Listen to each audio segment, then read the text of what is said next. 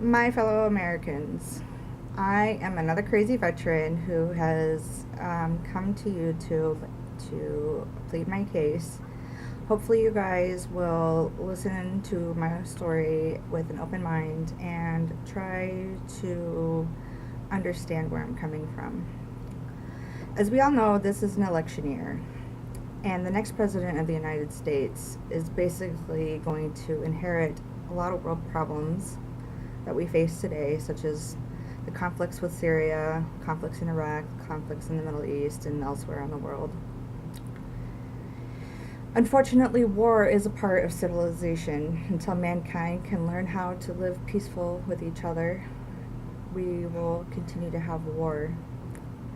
And it's people like me who voluntarily go into military service that prevents the masses from being forced to serve into the military. So people who gravitate towards government positions, I feel, tend to have a more altruistic view of the world. I mean, even in government, you're going to have all sorts of types: good people, bad people, people who take advantage of things, and people who are motivated by money, who may not necessarily be in the best interest for the people.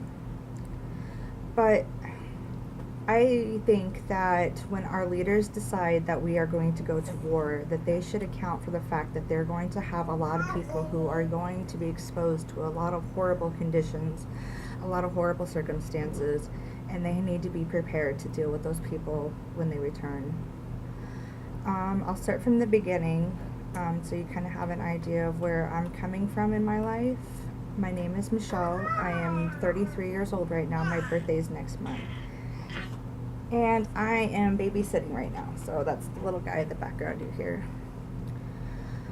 I was born on March 10th, 1982. That was the day of the Jupiter effect, when all the planets were on the same side of the sun and within a 90-degree angle of each other. Does that mean anything? No, but it's kind of, I don't know, I find it kind of interesting. I was born and raised in Des Moines, Iowa. It's a medium-sized city in the Midwest. It's actually the capital of Iowa. I lived a couple years in New York. I have a younger brother and a sister. My parents are now divorced. I spent a lot of time living with my grandparents, and I've had kind of a challenging life, but I think that I've came out a lot stronger than I would have if I've had everything that was easy given to me. My grandpa used to tell me that if things were easy, everybody would do them. But anyway, so here's my little brother David. We used to be best friends, but now he's a punk. But I still love him.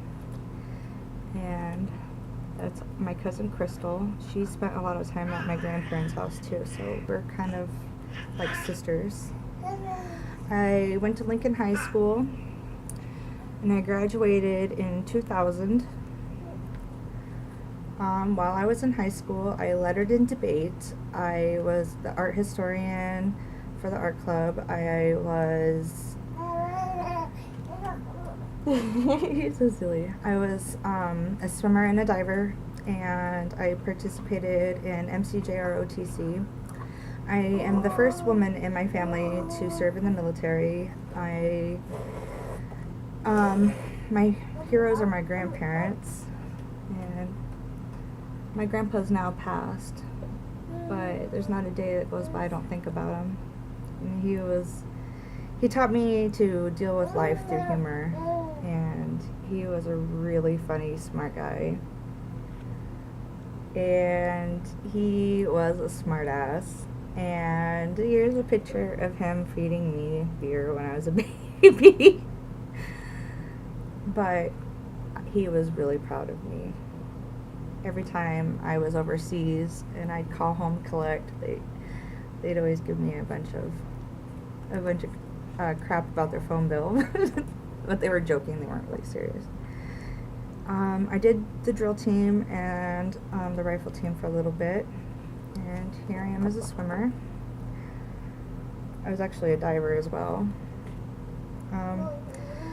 My senior year, I joined, I took a German class, and that March, we actually took a 2 week like exchange program to Germany, and I spent my 18th birthday at Dachau concentration camp. I went there with a girl who was actually going to be a major influence in my life, and she really shaped me into the person I am today, and I have her to thank of for part of my courage, but unfortunately, the life experiences and whatnot, we aren't friends today, but, shit happens. This is me pushing her into a water fountain. We walked by, I don't know, I just got a wild hair and pushed her. But October 22nd, 2000, I went into the military. I served in the Navy. I was in Division 020. A lot of the girls who I went through boot camp with ended up being on my first command, the USS Theodore Roosevelt. That's an aircraft carrier on the East Coast. September 11th, 2001, I was in Norfolk, Virginia, which is 4 hours south of where the Pentagon was attacked that day. And rumor around the ship was that we were going to be next because we were the next carrier that was deploying. Our half of our ship's crew was actually home on leave, pre-deployment leave. But we couldn't leave. I sat on the flight deck and I watched all the ships on the piers pull out to sea, and they do this to prevent another Pearl Harbor situation. There seemed to be a lot of confusion that day. We didn't really know what was going on, or we were just kind of sitting around waiting for orders. Base went on lockdown, and we deployed with the Secretary of the Navy, who brought the flag found at the World Trade Center in the rubble to fly from our yardarm as we deployed to Afghanistan. We broke a naval record with 159 days consecutive out to sea. I was a 1st Division and Deck Department seaman, or deck seaman, and as a guy from the VA told me the other day, you don't really see very many female deck seamans. Yeah. So anyway, we did the war. We did the invasions of Afghanistan, and when I came home, I was actually on the Des Moines Register, which is our local paper, and I was also in the Norfolk paper, the Norfolk, Virginia paper. This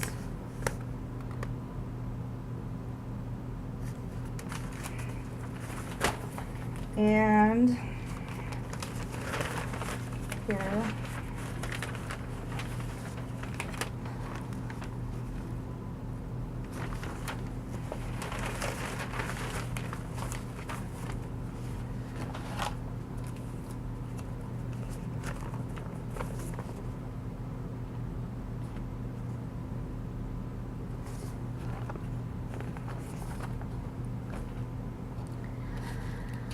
When we were underway, we got these little print of like a newspaper that you would have out in the civilian life. Another part of my job as a deck seaman was I used to pilot the ship. So I've actually piloted a nuclear-powered aircraft carrier carrying 5,500 sailors and Marines, and it was awesome. We did underway replenishments. That's when a supply ship comes alongside, and we're both propelling forward, and we exchange fuel and cargo. And that's a picture of an underway replenishment. You can see the water down here. It usually looks a lot worse than that. And there I am on the flight deck. This was one of my watch sections. And because we didn't go to a port, the Navy has a rule that if you're underway for so many days and you don't have a port call scheduled within the next so many days, then you get to stop and have like a picnic. And we got to jump from the aircraft elevator and we went swimming in the Indian Ocean. And there's me. I jumped off the ship 4 times. It was a lot of fun. Another perk is you get exactly 2 beers. But since I helped clean up, I got 2 extra beers, and for being underway for so long with beers, I was pretty drunk while I was driving, but that's okay because in the middle of the ocean, you're not going to hit anything. But I wasn't really that drunk, like, it was funny, drinking and driving an aircraft carrier. We went to Bahrain, which is an island in the Red Sea, for a port call. We went to Marseille, France. I took the bullet train to Paris, France. And when we came home, we did a really quick turnaround, like a record-breaking turnaround, because people don't get underway. Like, ships have to go through qualifications before they can go underway out to sea. I'm sorry. I know I'm not speaking to an audience who knows these terms. And by the way, thank you, Slipknot, for getting me through boot camp and getting me through some pretty intense moments in the military. I would listen to your guys' music all the time, and I was so proud of you, and I would tell everybody how I was from Des Moines, like you guys. Anyway, so here's a picture of the ship in Spain. I know it's kind of hard to see. And here's from the pier. The first time I was on the ship, I was actually flown on, so I know what it's like to miss the hook. And there I am, out on the boat boom. These were our showers.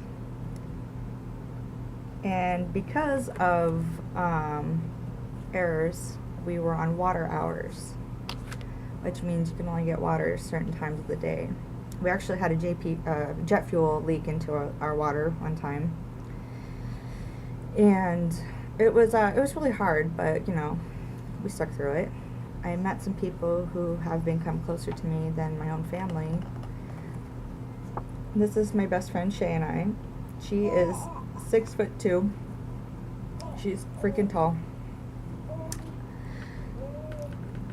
and all of us sitting there having a drink. But this girl right here, let me tell you what, she is a pimp. I will tell you what, she is the Southern belle that you hear about, but she's cool as hell. And I love her to death. But while we were overseas, we did experience some harassment from some of the locals, and there was graffiti. It says NATO bastards, fuck off.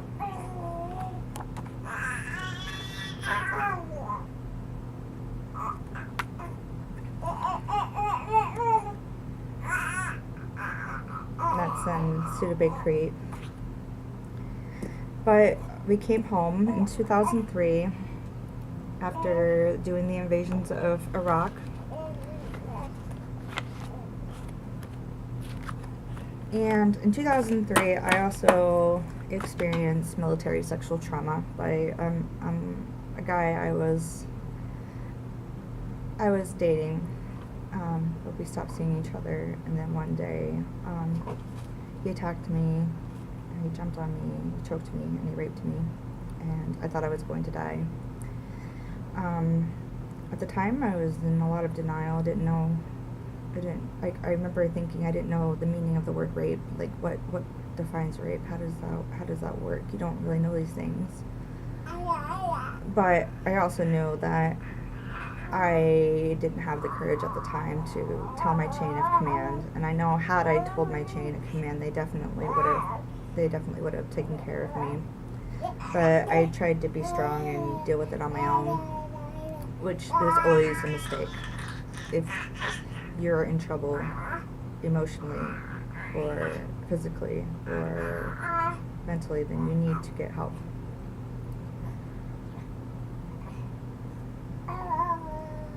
Unfortunately, now I get to spend the rest of my life identifying with every healthcare provider I have how I am a military sexual assault victim. And I don't like to say that I'm a victim, but by the definition of a victim means that through no fault of your own, you were put through some traumatizing things. So, I am one of the 1 in 3 women who are raped. I do believe I read that statistic yesterday.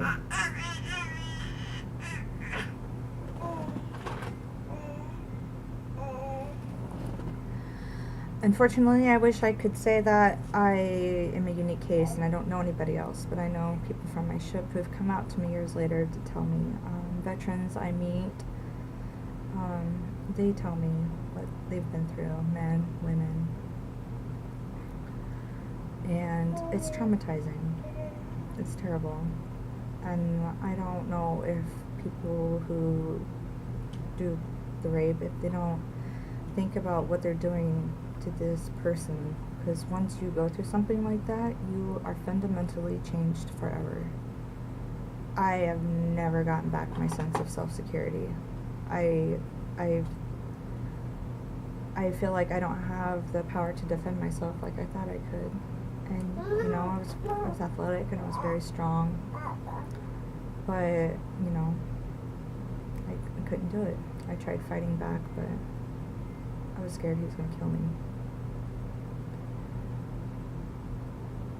Anyway, so I went into denial. I just thought I'll just pretend like it never happened, or it happened to somebody who I knew. I disassociated from the matter.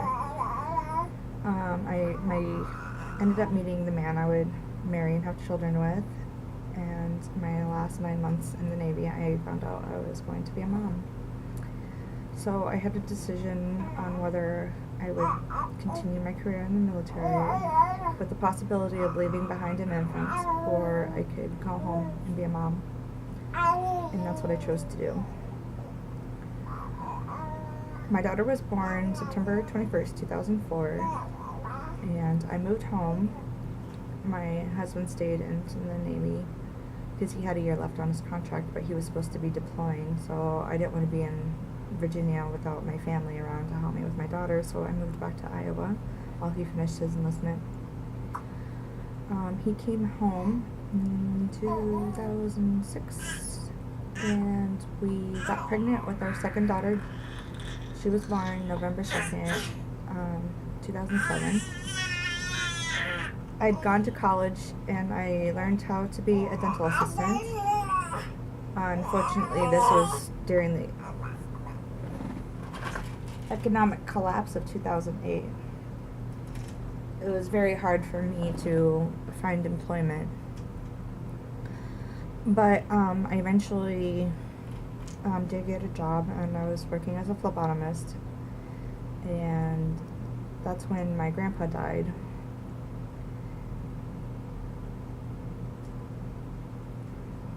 In 2006, I became a patient at the VA. I started therapy, and I take prescriptions for depression, anxiety, and post-traumatic stress syndrome. I have suicidal ideations, but I realized with my last attempt that I need to be here for my kids. So while I have these thoughts where I don't want to be here, I know that I have to be because my kids need me. And it's very hard for them to see me going through this because I try to put on a brave face for them as well, but they can see through my bullshit.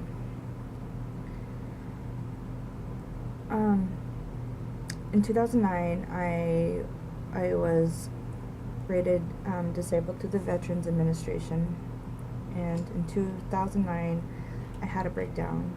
I put myself inpatient into the VA because I was crying and I couldn't stop crying. So I went to the emergency room at the VA, and they took tests on me, and when my tox screens came back that there was no drugs in my system, that this was an actual emotional issue, that's when they were like, oh, So I spent 4 days inpatient. They switched my medication, and I continued therapy. Shortly after that, I started working at the VA as a SPS technician. I would sterilize, assemble, decontaminate, that not in that order, surgical instrument sets for the OR or the instruments throughout the hospital. I'd reprocess endoscopes, like scopes that go inside your body. And it was also during this time, like, some other things started happening. Like, sometimes some of the patients, they would be very, very aggressive, very intimidating.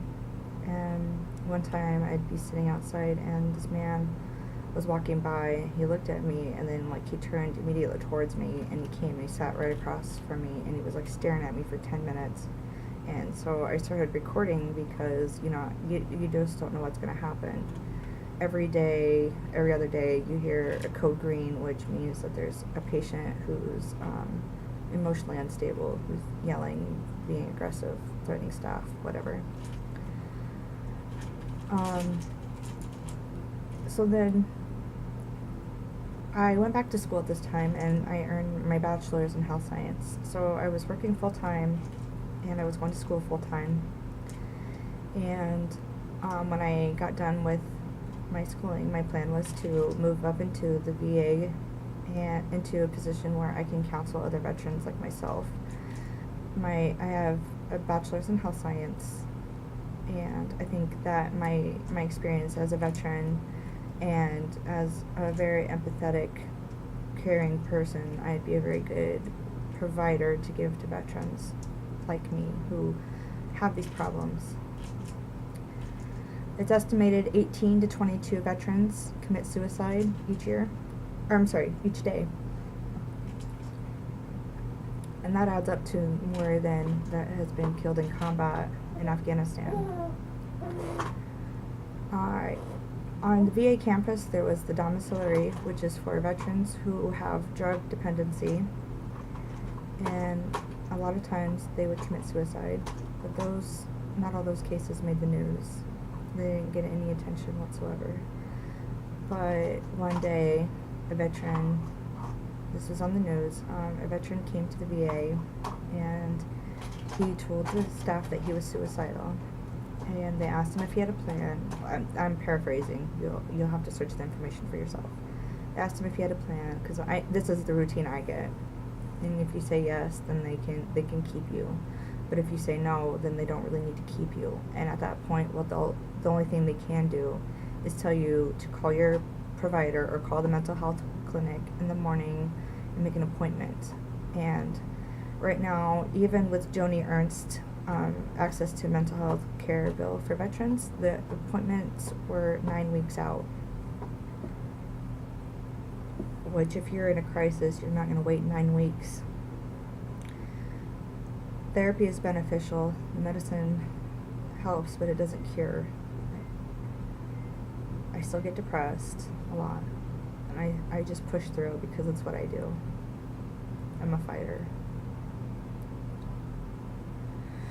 Anyway, so after I graduated, spent over a year, 2 years looking for a position within the VA. I applied through other VAs in other states, applied for positions within my VA, but I was never checked out. Even though I am a 10-point preference veteran, it means I am 70% or more disabled, so I should be pretty high on the electing chain, or the hiring chain, if they're wanting to fill the quota for disabled people. One time I was denied a job because though I was finished with school, I didn't go through my graduation ceremony to receive my bachelor's. So my bachelor's wasn't conferred, was the reason I was denied for this particular position. But also, this whole time, my body started going through some changes. I developed fibromyalgia, a severe case of it. I have very bad nausea. I have very bad headaches every day. Every day I take the maximum doses of aspirin, ibuprofen, Aleve, plus my meds from the VA, gabapentin, cyclobenzaprine, venlafaxine, bupropion, risperidol, Sumatran. And it's funny because some medications I can't take with others because side effects, but these are medications I'm supposed to take all the time.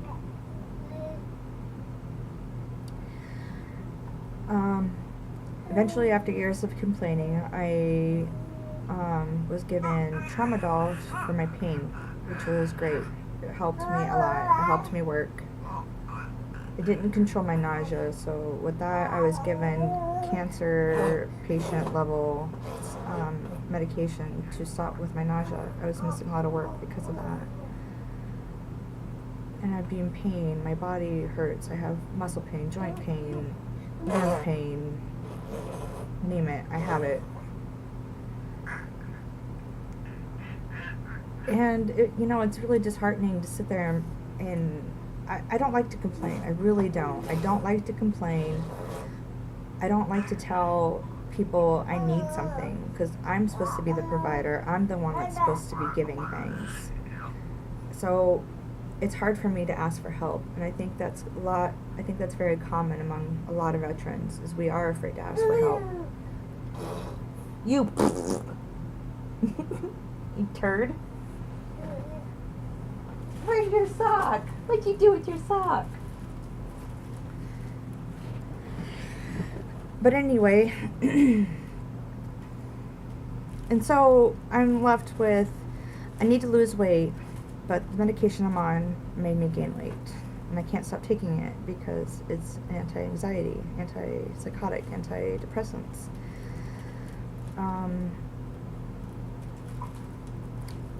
I experience extreme fatigue, like exhaustion on levels I've never seen before. I started to startle really easily. Sudden loud noises really started to bother me. And fireworks, like I wasn't even around gunfire, but fireworks, it surprises me, or just the loud noise, it just makes my nerves tingle, and my shins, and my back, my stomach.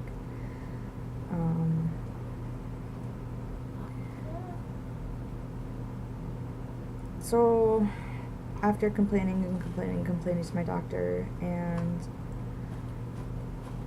without any relief, I didn't know what else to do, because my options are ask for a stronger pain medication. But when you go down that road, pain medication eventually loses its effectiveness and it wears off. And once that happens, you can't go to something less because it's not going to fix the pain.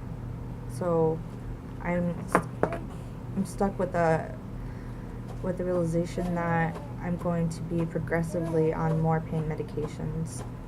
And people who go down that road can overdose trying to relieve their pain.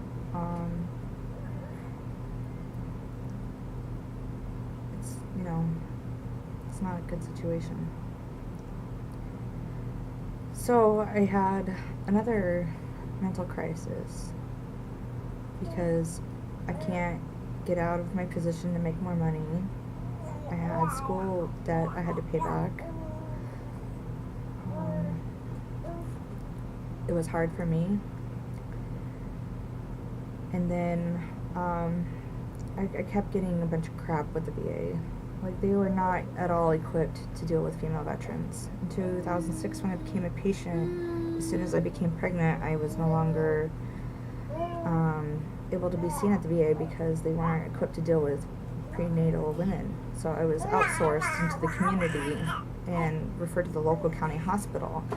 But when I went there when I was pregnant, because I got sick, the staff was talking about this patient that was on the other side of the curtain after she had left, about how they hated her, and I was just like, oh my god, I don't want to have my kid here.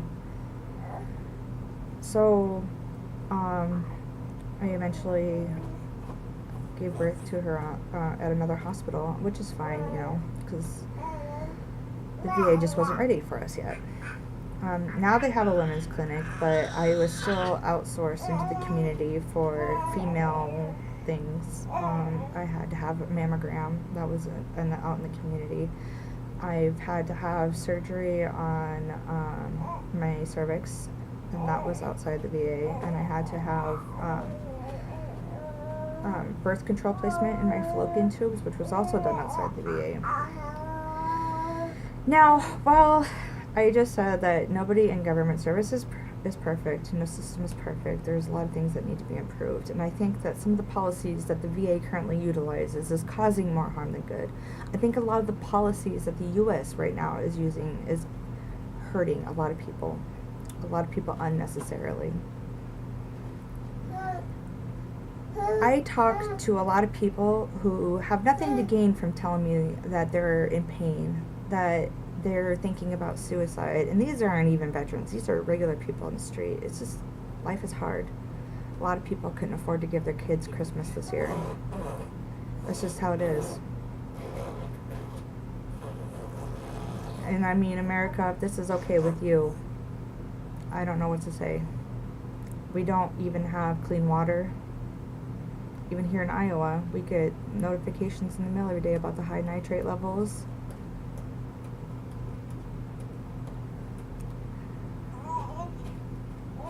The crisis in Flint, Michigan, kids being poisoned for life. I'm disgusted by this. I'm disgusted by the healthcare community attitude towards people in pain. We are not all drug addicts seeking to get high, because maybe pain is real. Physical pain is real. Mental pain is real. Emotional pain is real.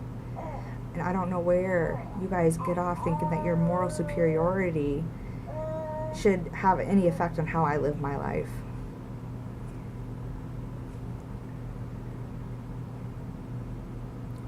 I think the medical community as a whole is failing. That's just my opinion.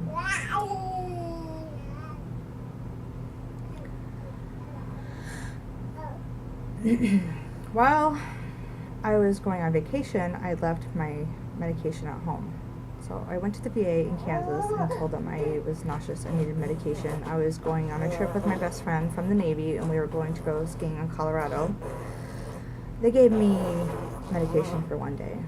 And at this point, like after everything I've been through with the VA, I just can't take it anymore. I can't even deal with them, because I know that if I go there with a problem, there's going to be a lot of people who are really empathetic to my situation. They really want to help. It's just they can't. Their hands are tied. They'll refer me to this organization or this person, or go talk to this person. And you know, it's not efficient. It's not effective. It's bullshit. That's just all there is to it. It's just bullshit. Do you know how many homeless veterans every winter came in to have pieces of their body removed from exposure to being homeless, sleeping by the river?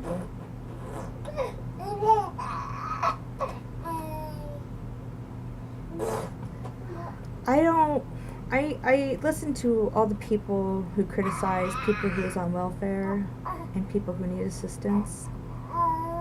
And you know what? I think you guys don't understand what you do.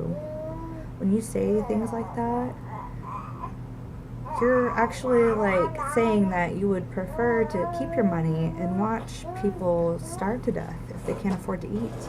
And if there's not a good economy around to get a job to support your family, what are you going to eat? Have you ever seen anybody starve to death? Do you know what it's like to live in a first world country with third world problems? You can't even get health care?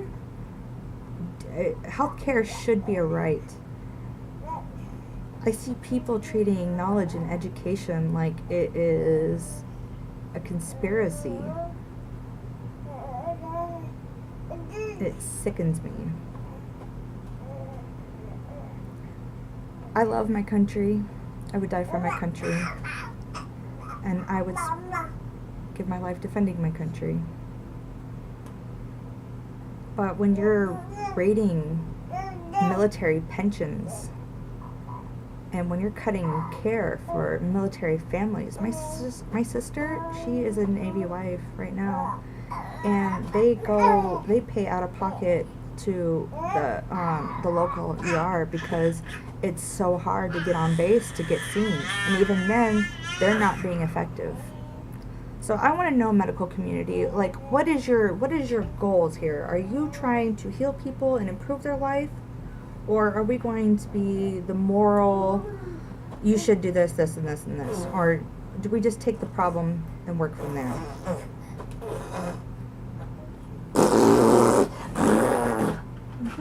You silly goose. Yeah, you're silly.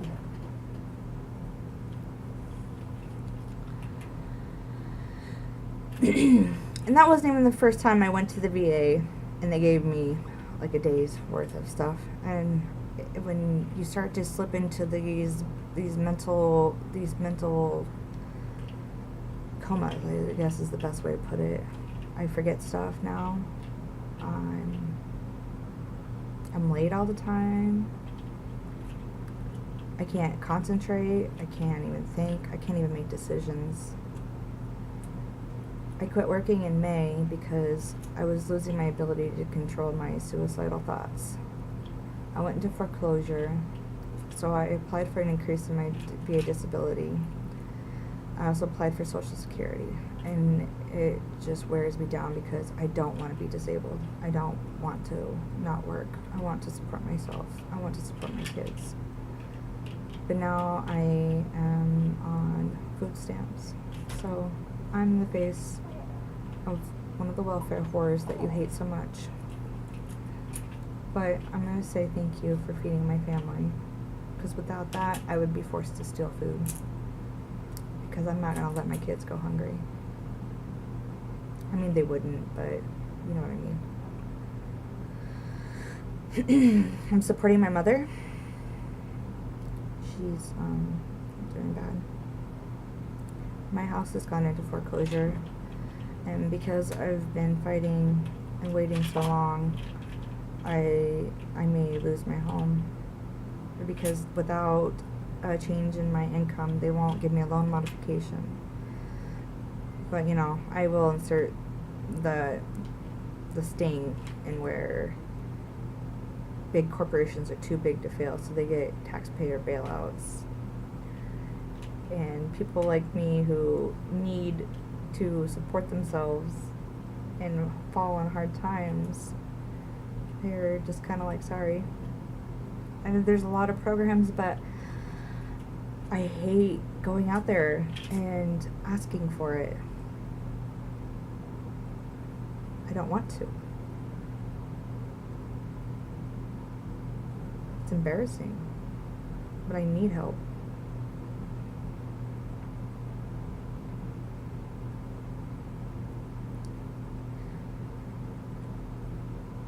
I want the leaders who pose with veterans and talk about how they're on our side and they'll do anything for us. Well, I'm a veteran. I need help. I'm tired of coming to individuals within my government and being referred all over the place to different people, to different things. How about we switch this up? How about you come to me now? You come to me and support what I need, because I'm speaking on behalf of a lot of people who cannot say the things I'm about to say, and I'm going to be inflammatory on purpose just to express my utter disgust.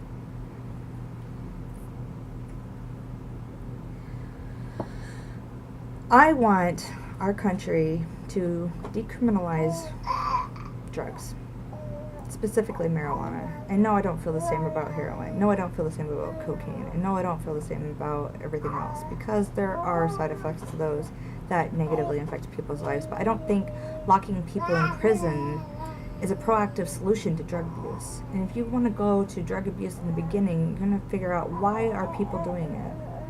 Some people don't have a reason. Some people come from well-rounded, supportive homes, and some people who come from like the lowest of the lows, abusive homes, turn out completely fine, and everything in between.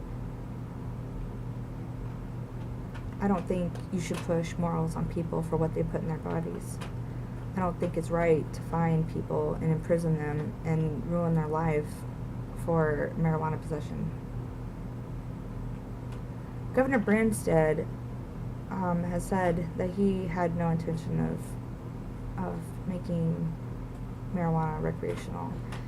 And some of the people I've talked to who sent me flyers about how they're on veteran sides have told me that basically that it's a lost cause because of the crime in Denver. But I was like, well, what about these nonviolent people who just put things in their body? Why are they being locked up? Because once they get out, you know, they're in the system. They have a probation officer, you know, if they get out or whatever. I think it's disproportionately prejudiced against the poverty-stricken population, which is the most of us. People who are poor don't want to go out and buy oil. That's what the legislation in the Iowa legislature is this cannabis oil, which is fine, that's great, but it's only for epilepsy patients. But cannabis treats other things. Nausea, headaches, an appetite, people who can't eat, that get hungry, they smoke some pot, and it's not, you can smoke all day and you won't overdose. You don't smoking get homicidal. You don't smoking like forget to shut the gas off. It just doesn't happen. It's stigma. Our law against drugs was a debacle. We're spent trillions of dollars. We've privatized prisons. America, where is your freedom? We incarcerate more than China. They have more people than we do.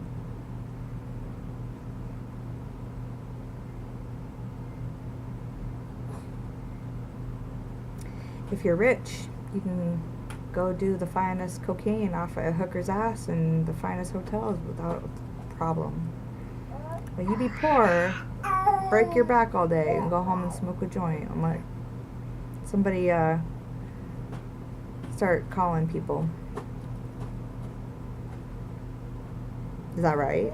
Should people lose their kids over marijuana? Should we place kids in a system that obviously is more detrimental to them? There's been kids who've died in care of DHS employees.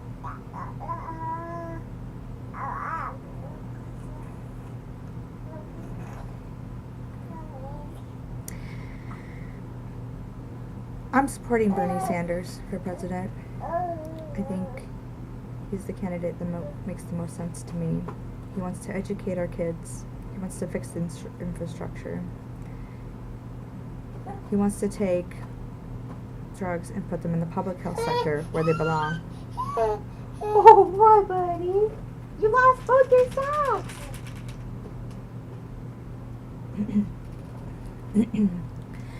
Anybody who has anything who opposed to what I said, you feel free to leave your opinion, positive, negative, whatever. I don't care, and I will be happy to respond.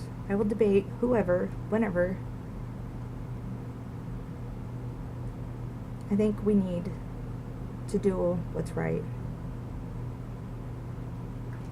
We've seen prohibition didn't work. People started turning to antifreeze and killing themselves trying to get drunk. Our species has been getting high for a long time. Thomas Jefferson got high. You know?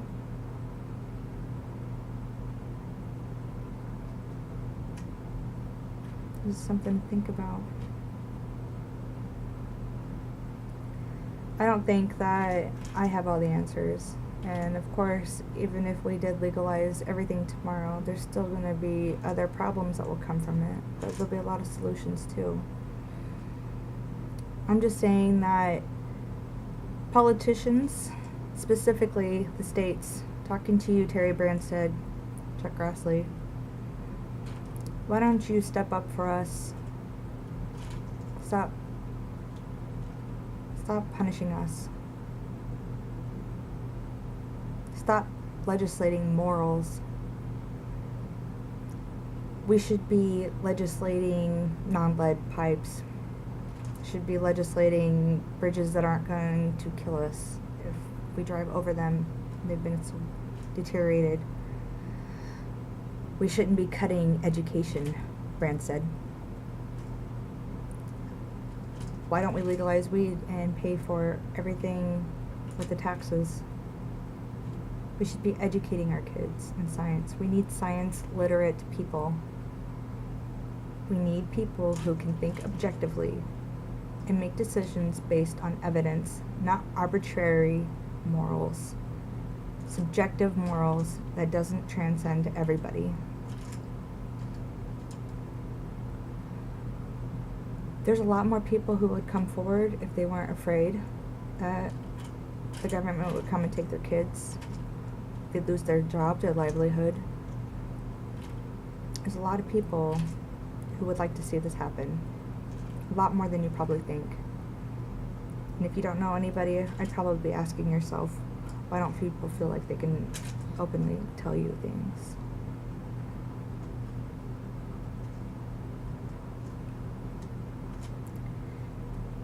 Well, I've been waiting a long time to come clean with my story. There's people in my family right now who don't know I've been raped. There's a lot of friends who don't even know. There's people who are on ship with me that don't know.